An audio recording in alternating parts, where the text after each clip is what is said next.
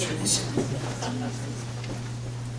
Allegiance to the flag of the United States of America and to the republic for which it stands, one nation, under God, indivisible, with liberty and justice for all.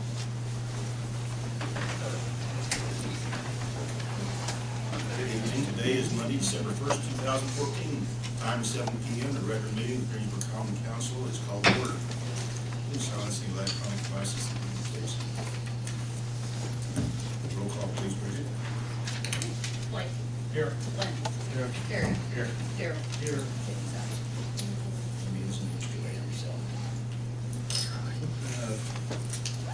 Receive the minutes from the November meeting. Do you see any corrections or amendments that need to be made to those?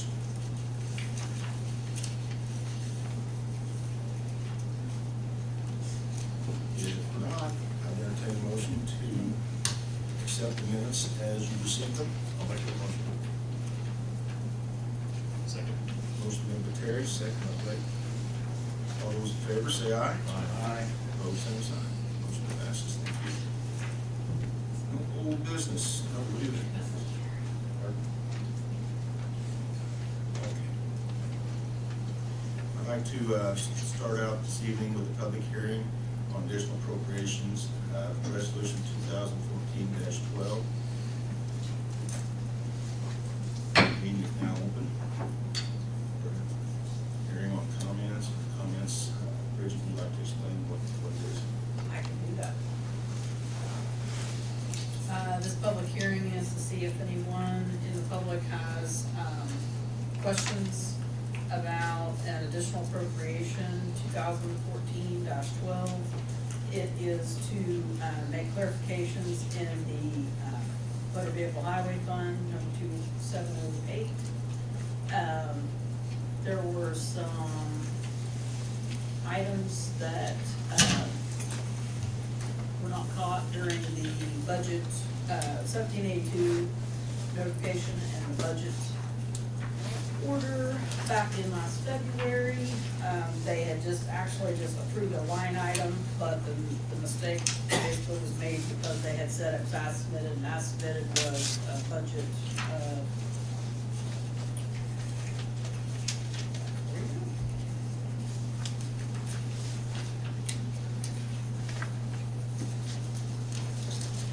it was adopted at $596,324.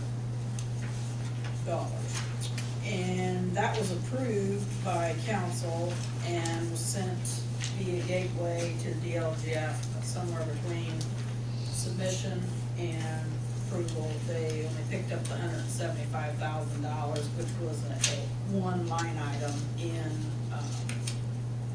repair and maintenance.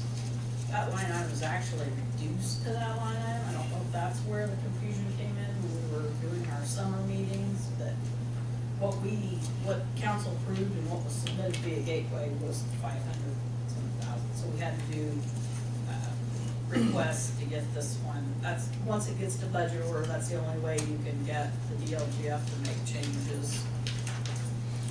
Does anybody have any questions? Public? Oversight or type Yeah, that's what it looked like, and then we had the budget consultant at the time was gonna look into it, and then when we didn't hire them to do any further consulting, they kind of dropped that subject. We have till December 15th to submit it to DLGF, but the cash is not an issue. We're just trying to get it back to the original appropriations that it was supposed to be, according to council.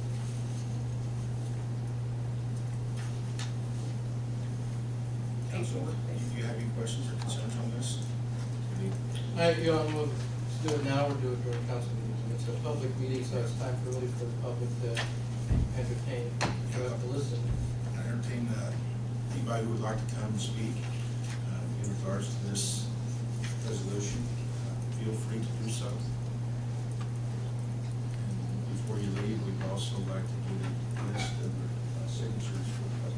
We need that. You don't need that It's list. not required. DLGF is not required. Federal branch, yes. DLGF, no. Anyone like to speak in regards to this matter? Do you understand what's being discussed here?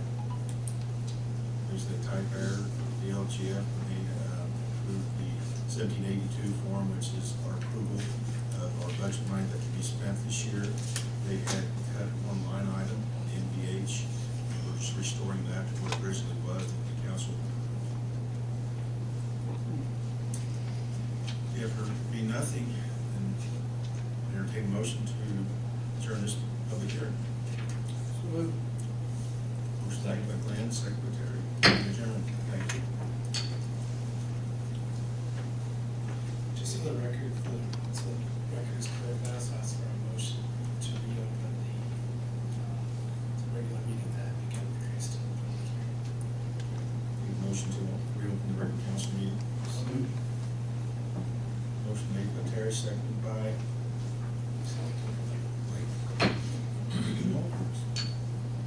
Thank you. Mr. Murray. Mr. Murray, city engineer, regards to second final reading of agricultural zoning classification, ordinance 2014-17. Since last month, this has been posted on our website for public comment. The mayor and I have been to the radio station, I did an interview with the newspaper last week, and at this point, I have had no questions, and nobody's called or had any comment on this. Still think it's good to be proactive. This is for areas outside the current city limits, but that's still a but or 1/8 contiguous to the current city limits. So you can't, that's state law for annexation, and this is strictly voluntary. If people want to come in, it goes right in line with what we're doing with our comprehensive plan. The board works tonight, just approved the grant administration contract. So we will be working on our new comprehensive plan here shortly. And this is just one of the pieces to get in place for that. As far as any abatements go, they are permitted to be done for a maximum of 3 years. And they will still go through the regular abatement subcommittee or for determination of what would be permitted, and make a recommendation back to this board.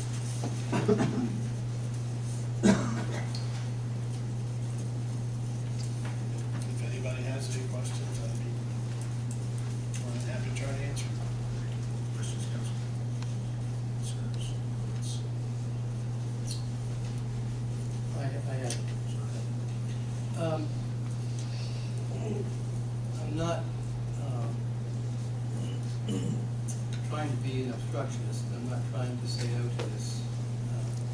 I don't have a problem generally. But I do want to make sure we know what we are asking for and what obligations we are therefore responsible, which we're responsible. So my question is, with annexation, there comes obligations on the part of the city, correct? What are those obligations in general? But what, within a certain period of time, we are to do X, Y, and Z? What are the X, Ys, and Z, and what's the time frame in which we are obligated to do those things? Well, typically, as soon as it comes in, you would have police, fire, and street. Most of our utilities do serve city limits right now. Developers, if they want to come in and develop, we make them hook on to our system. They are in the areas that are abutting the city, are within our jurisdiction, our service territorial areas. So as far as extending water and sewer utilities at city's cost, there isn't any. And at this point, we have excess capacity to treat and furnish more water and treat additional sewage.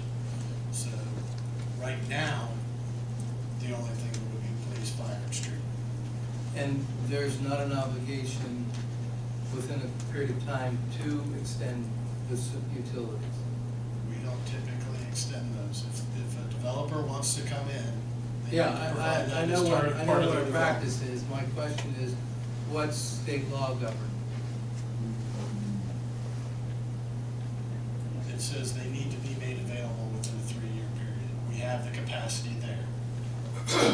So if we were at a point where we're gonna annex a large portion and we didn't have the reserve capacity for water and sewer, we would have to, within 3 years, build that capacity to Right. handle that additional area. But by making them, how did you phrase it, making them available or?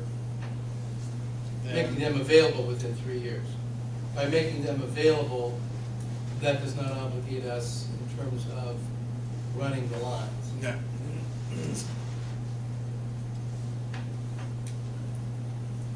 That's good.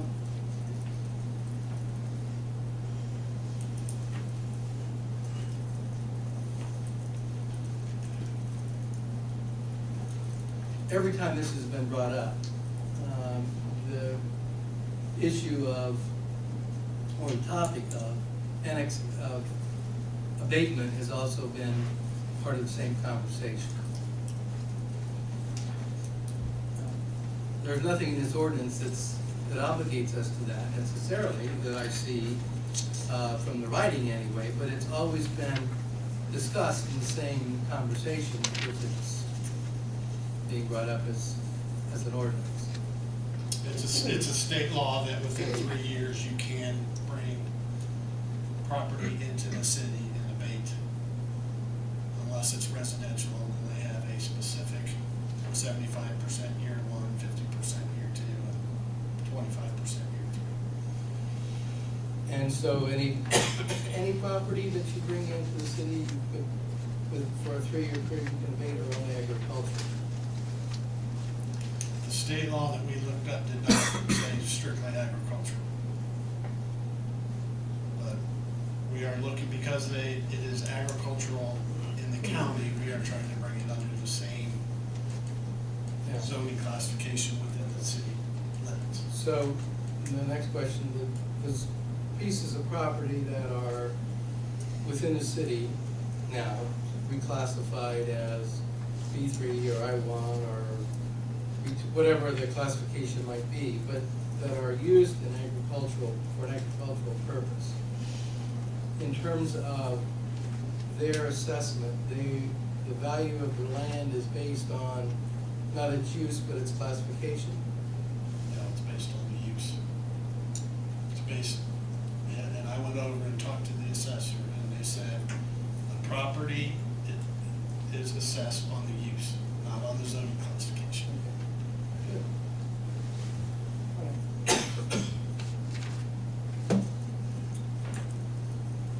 If I may, back to the abatement question. So then, is that done on a by-case basis? They would need to apply just like anybody in business does, and come in and say, and talk to the committee about why they want to abate. And my question is, it's not an automatic thing, No. it just happens. So They have to apply. they have to apply. They apply and then they have to renew each year. Yes. Same rules as, Typically, abatement is provided because there's new investment there that you're abating. The discussion here has been that we're abating it just because it's agricultural zoning. And, and that's the other question. Again, the conversation's always been linked, and I'm not sure that that's, I don't want to give the impression that that's what's gonna happen necessarily. I think that abatement has to be on its own merits, and typically abatement comes on new development and new assessment and not on original. The land, generally isn't, it's always on new kinds of things, so And I think that's important to make that clear. it's a question, so I don't know, I don't wanna give the impression that I'm not, if I vote for this tonight, that I'm necessarily saying that's quid pro quo, or that's the second half of what's being, I think that's a separate question. The abatement process is reasons that we want to see this happen. Say in 3 years, when you next something goes forward, that we, if there's a need, we have to install the infrastructure, water and sewer. People who have land that's for sale could sell it easier if it were, in many cases, if it were annexed into a city. And the industry, knowing that there are going to be city water and sewer to those locations, without that being annexed, there's no promise or no commitment that there will be city utilities without that, especially if we cannot justify the cost. And as we say, in the past, they've always paid for their own infrastructure hookups to their own. You know, we provide a lateral, and then that's up to them to connect. It's just. We don't even provide the lateral, we provide the capacity at the plants to treat that. The developer put in the main and the lateral. After the lateral is there, we maintain the lateral, and the runners are maintained by the private industry or residences.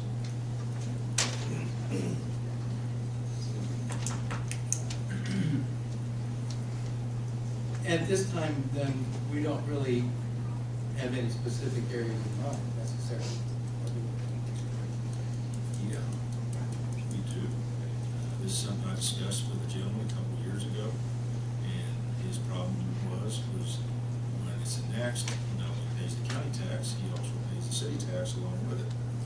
And if we can give an abatement after it's annexed, long enough for him to have the potential to selling the property, then they may consider that. I'm not saying they would, but they may consider it.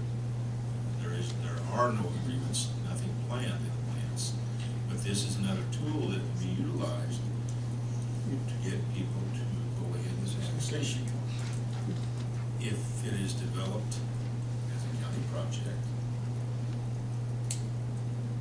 we're going to have to probably anyway to create jobs, keep industry going.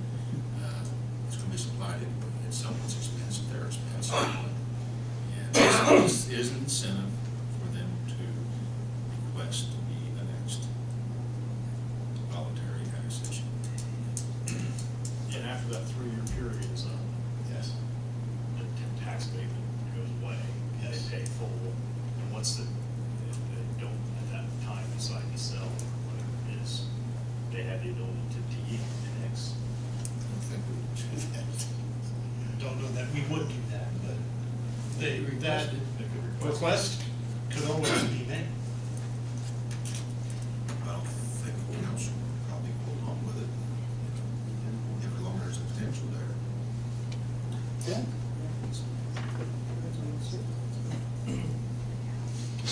Long-term, if it develops, it's a good thing for the city.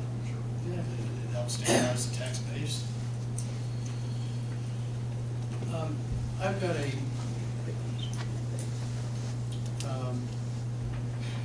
it's a question in terms of reading it and in terms of structure of the, if you look at the preamble, and it's just in the preamble, so it's probably not as critical. Second sentence says agriculture land. Those should be agricultural land, but go there. And open area.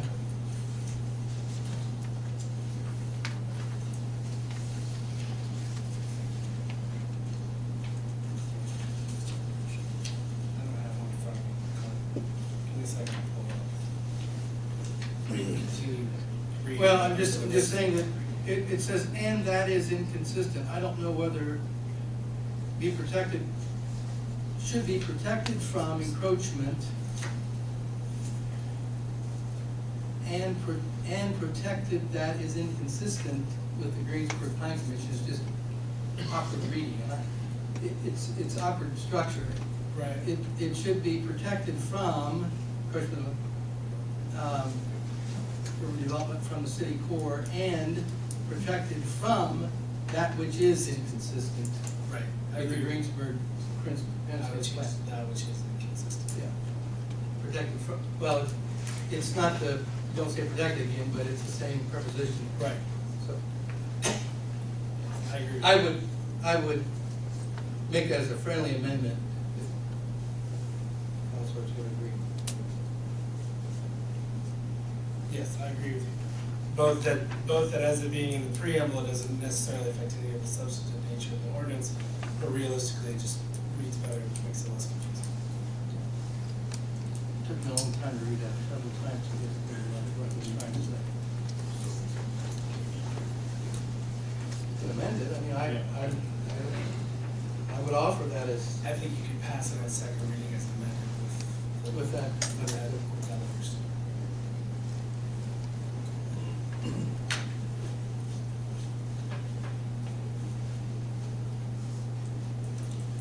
Council?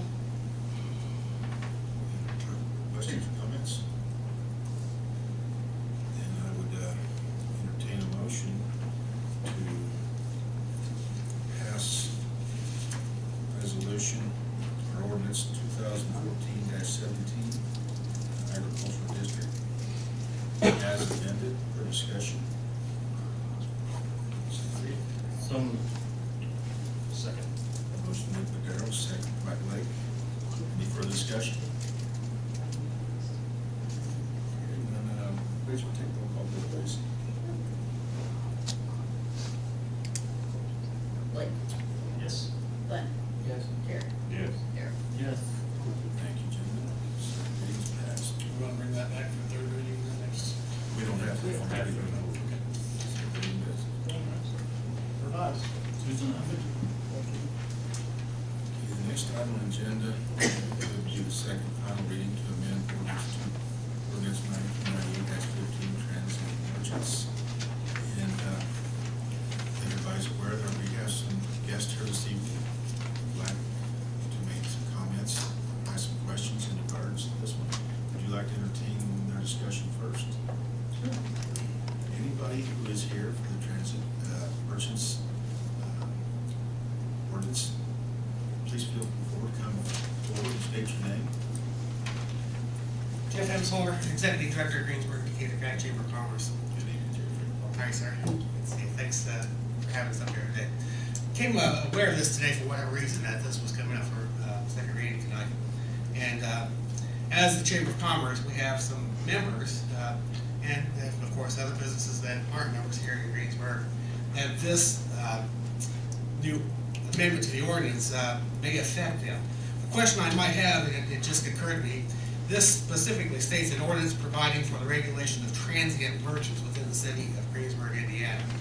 I guess my question that comes straight to mind is this part of this ordinance, is it going to be strictly for transient, meaning short-term people who are coming into town, knocking on doors, leaving their materials, and trying to get business from other businesses that are established here and businesses that are brick and mortar here and that help this community? Does this amendment, or does this ordinance affect only those folks, or does it affect already existing business? And I'm sorry? Okay, this was written, Jeff, years ago, and this was the language that was used, transit. And it also fell in all the transit, people moving through, it also locals, contrary to a pendler's issue. Okay. Well, and that, like I said, that just hit me, that it says up there transient, so I was curious if that only affected somebody maybe coming from Indianapolis or out of state that's wanting to get some business. We can all also think of when there's severe weather, tornadoes, things like that, that people come down, flock to the areas and try to be the ones who fix your roofs, your vinyl sidings, your homes and things like that. So that's the question that I had. But we also have, and we have some members in our audience, I believe, tonight that are chamber members, and there may be some that aren't chamber members, that part of their marketing efforts, they may be in the area doing some work for a client of theirs, and while they're there, they may walk around to other homes to see if, while they're in the area, would they care to use their services at the time. We do have another member here tonight that uses their employees to go out and do some door-to-door hangers and things like that. Of course, I believe they're all fully aware that you can't put anything in the mailbox, being against federal laws and everything like that. But what I'm concerned about here is, how is this going to affect the local business that they're established here. I think we all kind of have concerns about those who come from out of state, come in, stay for a week, they have their permit, maybe they have their permit. I, for one, know, living in the Fairview edition, that if somebody comes to my door and they're soliciting, I listen to who they are first, and then the first thing I do is ask them, do you have a permit from the city? If they can't produce it, I tell them they need to go to City Hall and get a permit. And then I also make a phone call to the police department, say there are solicitors in the area. They either tell me, yeah, they know about it, they're checking them out, or thanks for the call, appreciate that.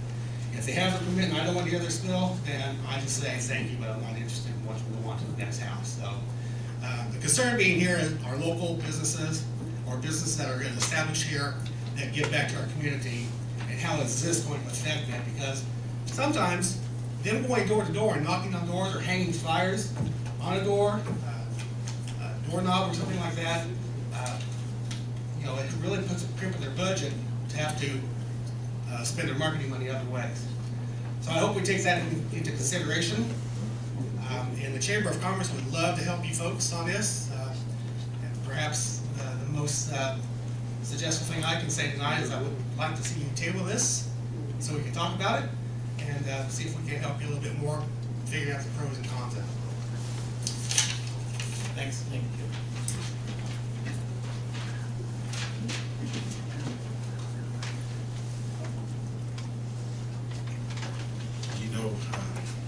Once again, part of this is to help and support our local businesses.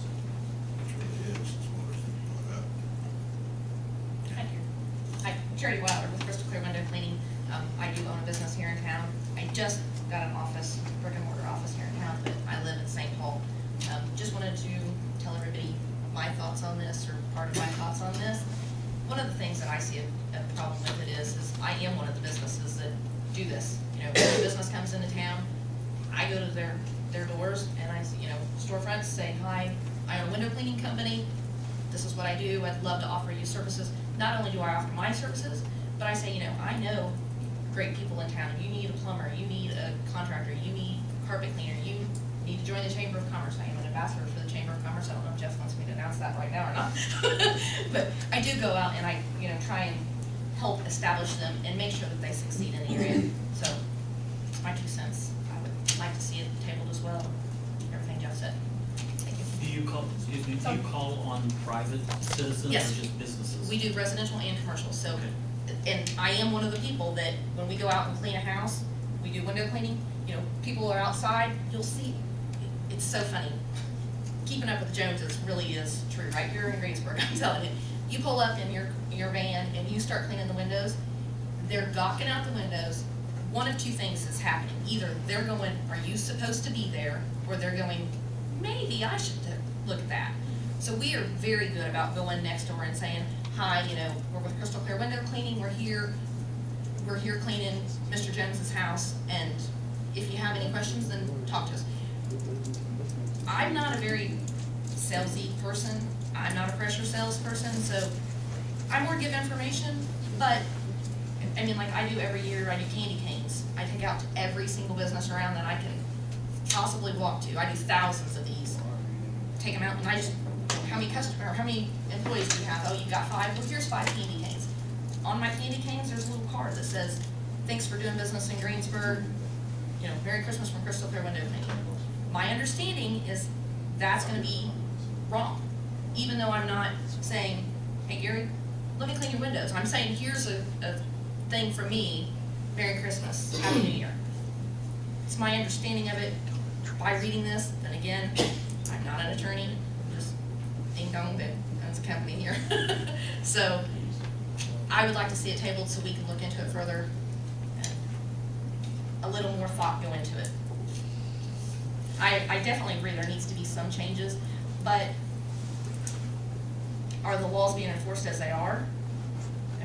I know that when the tornado hit, I was one of the people that was out there helping. We own a window cleaning company. We're not offering to clean windows. We were helping people get the roofs covered just because my family was hit. Some of the worst houses here in Greensburg were my aunt and uncle and my cousin, okay? So when we got that phone call, we came in, every tarp we had, we were in our vans helping other residents and other people from Indianapolis and all around were coming down, just in a matter of hours, and giving out business cards. We're like, cover a roof, there's another one coming, help these people, don't just, try and shove your card down their throat. And I don't think we ever gave anybody anything saying, call us later. It wasn't what we were doing. I do think it was about that time we really started looking hard at this stuff. Yeah, it was It was a horrible. wake-up call even Yeah, for us. it was, and I agree. And like, I said, I live in St. Paul, so my house was not hit, my house was not harmed in any way, thank God. But my family was. Leona's sitting right back here, her sister's house, her brother-in-law was asleep in his house. Her sister was the first one to call me and said, I cannot get a hold of my husband. I know our house has been hit, I can't get to him. That was the first place I went. I didn't know if he was dead or alive or what was going on. But before I got there, somebody else had already stuck a card in the door. So, I see the reasoning. I just think that it needs to help local business and not hurt us. Thank you. Thank you.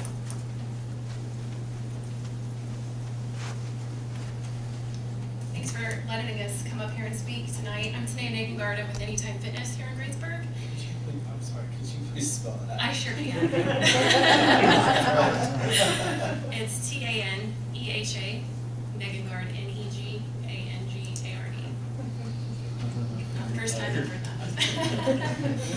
I appreciate you letting me come up here and talk to you guys this evening. I guess the biggest part for me, and I don't know if this is allowed, but I'd just like to ask for some clarification. Like, what specifically are we trying to stop, and what is going to be okay moving forward? I'm not opposed to seeing some things, just like Charity mentioned, with the people coming in from out of state or out of town, but we have to really take into consider small business. The thing that I think of when I come to Greensburg is small business, and what can we do to promote that small business? It's going to help the town, and a big part of what we do is that marketing for our company. Whether it be flyers, door hangers, car tags, those kind of things, and I have no problem following guidelines or rules when it comes to that, but I do have a problem if we're not allowed to do it at all. That is exactly how we get our business. We don't have a large budget. We are a small business. So billboards aren't always the best option. We can't do TV. Radio is not always the best option. Newspaper ads, they're not cost effective. We look for cheap, simple, reproducible advertising, and so my concern is if you take that away, that will harm our business. Not just our business, but all small business. So can I get a little bit of clarification? Am I allowed to ask for clarification? What it is that you guys are looking to take off the table for us? I tell you what our interest and criteria is to make things more safe Sure. for the residents of the city. It's not the local people that were, here, I'll say this, that we know the local people. We want to keep things safe. We want good deals. We don't want sales off the back of the truck. Right. Go south, and then someone else is held responsible for it. Right. We want to help the small businesses. That's one of the reasons we'd like to have this, where a truck pulls in selling furniture from North Carolina. I can't issue a permit. Sure. I don't want to, Sure. because when I do this, I take business away from local businesses that we're trying to maintain in Greensburg. Right. So trying to help the local businesses, but yet look down the road, the future, keep things safe.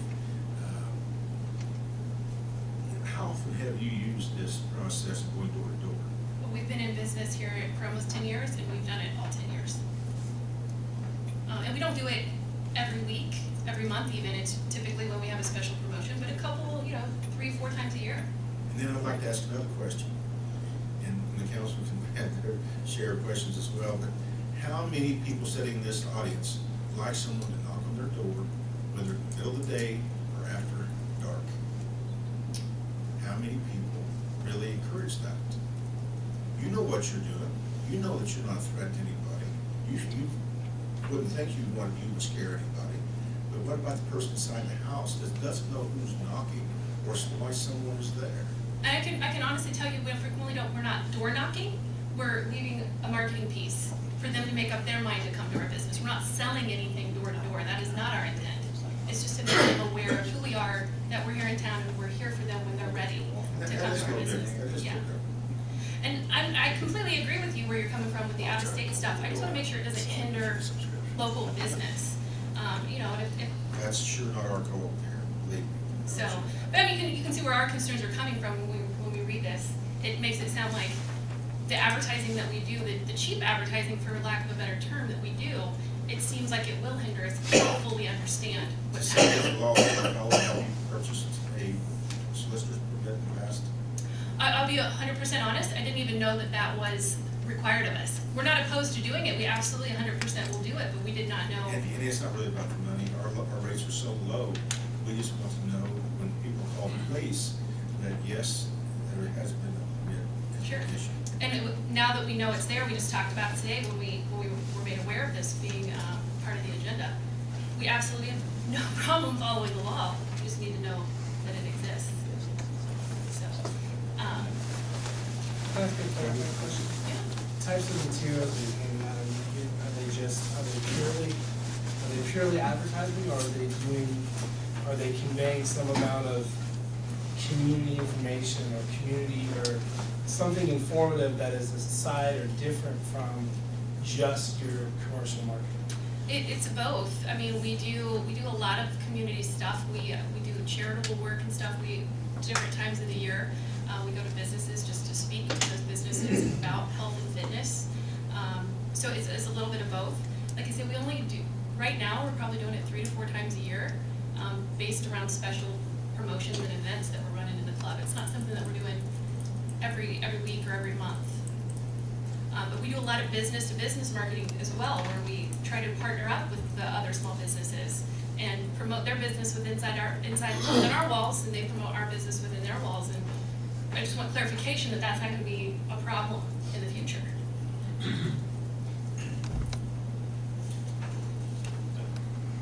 Sure. I think when this discussion was had at the last meeting was brought up about people going out after dark. Sure. You can scare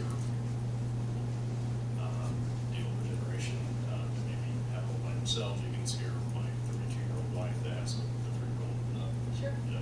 typically hold at home. So I mean, it kind of tugged on me last meeting when a gentleman I saw on the road was walking near her house. I get here for the meeting, and I get a call from my wife asking me if I can come back home. So then I come back, and the guy's kind of sneaking around the house, and of course, he meets me out on 421. I'm like, who are you? He gives me some shoddy answer, and of course, that's the kind of thing I think we're trying to limit. Sure. It gets dark at 5 o'clock at night, so I mean, what you guys are doing is advertising or going out at night, or is it No, during standard daylight hours? or- Daylight, I mean, we're on our feet, you know, when it's dark this time of night, we wanna be in the club, because that's when our customers are coming through the doors. So it's typically in the middle of the day when it's a little bit slower, in the summertime when it's light for much longer. And those are not, I mean, obviously, those are, in my opinion, common sense kind of things. I can understand that, we can completely get on board with what you're saying, for sure. If you probably haven't seen the old ordinance, but if you look at the old ordinance, you can see there's some room for improvement there. Sure, yeah, and I've read it, and I'll be the first one to tell you, I don't understand everything, that's why I wanted to ask for clarification. The old ordinance are pretty open, needs some refreshing things.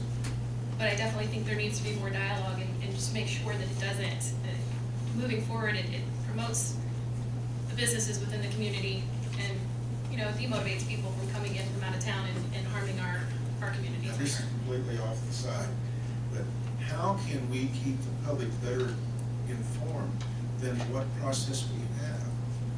Facebook. The newspaper radio doesn't work anymore. No. Do you guys have any, I can take a seat, I think you guys have answered all my questions, Thank you. thank you.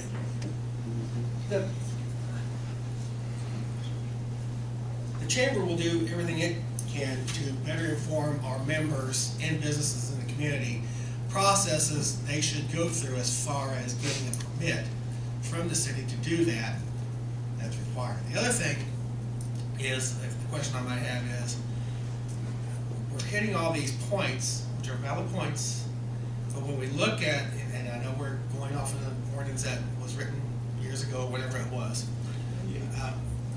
can we focus on that word transient? Because again, we're talking about transient being short-term, somebody that's come in, hitting it hard, and getting out. They want to put windows in your house, they want to give you new vinyl siding or new roofs, or whatever it is that they're doing, then they leave, never getting back to this community, whereas our brick and mortars, our established businesses that are giving back to the community, maybe that's the difference we're looking at here. And again, however the chamber can help out to get that message out there, if this is what you're intending on doing, here are the procedures you follow. We can list that on our website. You know, and how do we inform the public? You know, we really rely on the newspaper and the radio station to do that, and social media was brought up here tonight. People are going to hear and see what they want to see and hear, okay? They're not going to fully understand it, no matter how much effort you put into it. Thank you. The last thing the city council wants to do is for the city. Right. I mean, we're here to protect folks. I'm sure of that. And it's mostly transit or out of town type business. We want to know who they are, where they're coming from, if they're coming back, where they're, you know what I mean? And we have a lot of questions for the city. Absolutely. And I would rather stay in the city with city businesses first, you know. So I think the last thing on our minds is doing something to hurt our downtown merchants or even our city. Well, not only the merchants in downtown or in the city of Greensburg, but other merchants in the county that still give back to this community by shopping here and stuff. The key is we're hindering, with the way this is worded, we're hindering their opportunity to do what they deem affordable advertising and marketing for their company. So you set your time limits, yeah, it gets dark at 5 o'clock at night, don't go out after 5 o'clock. I don't know how you work that out, you know? Hopefully, you know, after dark, whatever. But when I've come home for lunch on Maureen Road, when I come home for lunch at 1 o'clock or 2 o'clock in the afternoon, I've seen people out and about. And they do stop, and sometimes I have a son that's home, he's getting older of course, but there have been times when he's 13 years old, he's been home alone, and I worry about that. Who's coming in, who's knocking at the door, and does he have enough common sense to say, you know, you need to go away, okay? So I also worry about my neighbors who are elderly, and I know when they leave my place, they walk right over to my elderly neighbor, and more or less I'm worried about him shooting, that's a whole other story. However we can help, we just like to see not hinder local established business or a business that may set up shop here and stay here and contribute back to the community. I will say from a legal perspective, the more you try to narrow what you're doing, the more closely you have to look at the actual language, because the way the precedential value or the precedential treatment of door-to-door solicitation has gone within the United States Supreme Court is that if it is something that is purely commercial speech, it can be regulated. If it is not purely commercial speech, it can be regulated in very, very specific instances. When you start talking about things like, you know, only going through a certain number of hours or going after 5 or doing this, the more of those things you add, the more you open yourself up to a constitutional challenge that's not truly the most narrowly defined way of doing it, or that's not the most least restrictive method of doing it. So that would be my urging to you as a council, that as you contemplate this issue, you should consider that once you start down that rabbit hole, you need to be very specific in how you get there. That's my only caveat. One more question. Have we looked at other cities and how we're handling things? You know, we've like, put out through the IAC, went over to every city in the state of Indiana, and we got 3 replies. Yeah, and all those replies have permits. And one of the questions I had, and you touched on it, and is this whole question of free speech in terms of how we regulate that. I think that's in part why the last time we went with permit. And it was trying not to get too, to clarify, so we didn't get into what's commercial, what's not, and trying to determine those things and trying to enforce that, or having people enforce that, it's almost, Plus some practical. And there's a lot of support to that particular, avenue. But there's also been a shifting trend in the court to move away from that, as long as what you're dealing with, the most important part you can look at from the perspective of the constitutionality of the ordinance is what is it that you're dealing with. If it is purely commercial speech, you have, I don't want to say carte blanche, but you have much greater latitude in your ability to regulate it to meet governmental needs such as privacy or protection from fraud. Right. If you consider it on a spectrum, as you start moving away from that spectrum, you start getting into grayer areas. So for instance, the charitable thing, if I'm putting out something about a charity, but it also has to have my business name on it, is that commercial speech or is it charitable speech? I don't know, then it becomes a question of interpretation. Right. Jeff's comment related to transient merchants. Is this truly a transient merchant or someone that's not a transient merchant? A lot of that comes into definition. What I will say beyond a shadow of a doubt is I think the ordinance that was in place before was subpar for application to current standards of marketing, and its definitions left a lot to be lacking. I mean, Glenn, you and I have worked on enough ordinances together now that I love definitions, because I think the more definitions you add to something, the more you make it clear. But that would be my 2 cents with it from a legal perspective. Is you're right, there is a very serious constitutional issue to be related to here. I believe that the statute, as it is currently written, and as you'll recall, I mentioned at the last council meeting, what I did is took what was there, brought it down to what the mayor was hoping to accomplish, and I believe it is constitutional as it's written, but that it's written specifically to be broad, because the broader I make it, the more ambiguity I put in it, the more likely it is to be found constitutional.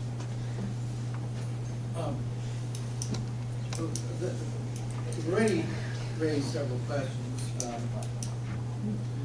Young lady asked one that I asked last time to a certain extent, and I don't know that we've gotten a complete answer yet. And that is, what problem are we trying to solve? Now, I understand there's always, and no matter how many ordinances we're gonna have, we may have people still walking around trying to sell something or do something that you're not gonna control everything. But I just don't know how big a problem we've got out there. People, the policeman called a lot about somebody knocking on their door late at night scaring them, or other kinds of problems. And that doesn't mean that the ordinance doesn't need to be updated. I'm just saying, I don't know that, haven't answered that to my satisfaction yet, one. Secondly, the new ordinance, the way it's written, as we've found out, needs to be clarified with regard to what does transient mean. I think transient probably meant outside of somebody passing through as opposed to somebody just walking transient. But, I mean, we have to get that definition clarified. But I think that's what it meant. It was not really for, but it doesn't say that. It says no person. So that's a problem.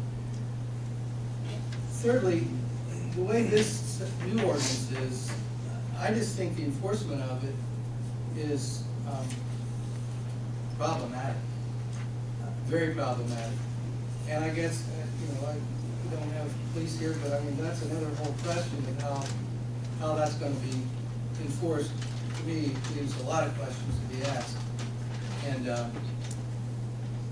so I concur with my citizens here saying, we need to table this and go back to the drawing board if it needs to be reworked. I mean, or ordinance needs to be updated. I have no reason to say we shouldn't do that. But I think it needs a lot of work before we pass it. Sure. My name's Ben Kahn. I'm with Decatur County ABED. I'm the county rep. We're a nonprofit organization. That's KOUGHN. And I'm affiliated with 2 or 3 nonprofit organizations here in Decatur County that I help out with and everything. As far as advertisement and stuff, our biggest thing is flyers. We don't necessarily go door to door, but we go business to business. You know, we try to get businesses to give us sponsorships and stuff, and we only give them a flyer if they say that they'll take it and hang it up. You know, so we're not necessarily going door to door, but it's not a whole lot of difference. But you know, from what you're talking about, we have no budget for advertising whatsoever, other than like if we get on the radio or something like that for free. You know, as far as we're concerned, you know, we want to know what leg we're going to have to stand if something happens with these ordinances. Well, nonprofit organizations are exempted. Okay, and you know, we wasn't clear on Sure. that.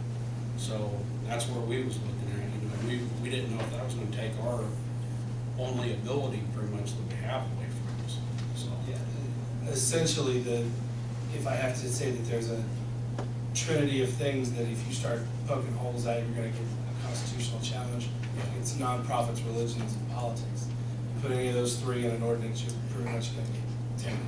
Well, that's kind of what we was looking at, so I just wanted to clarify that. Yeah. All right, thank you very much.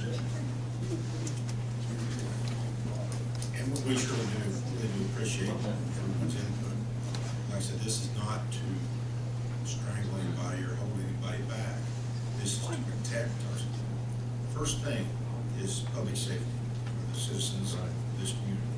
The second thing is to maintain businesses in Greensburg. You know, we all work hard to promote your businesses and new businesses as well, which creates jobs and prosperity. And Councilman Ted, I really don't care what other communities do. I really don't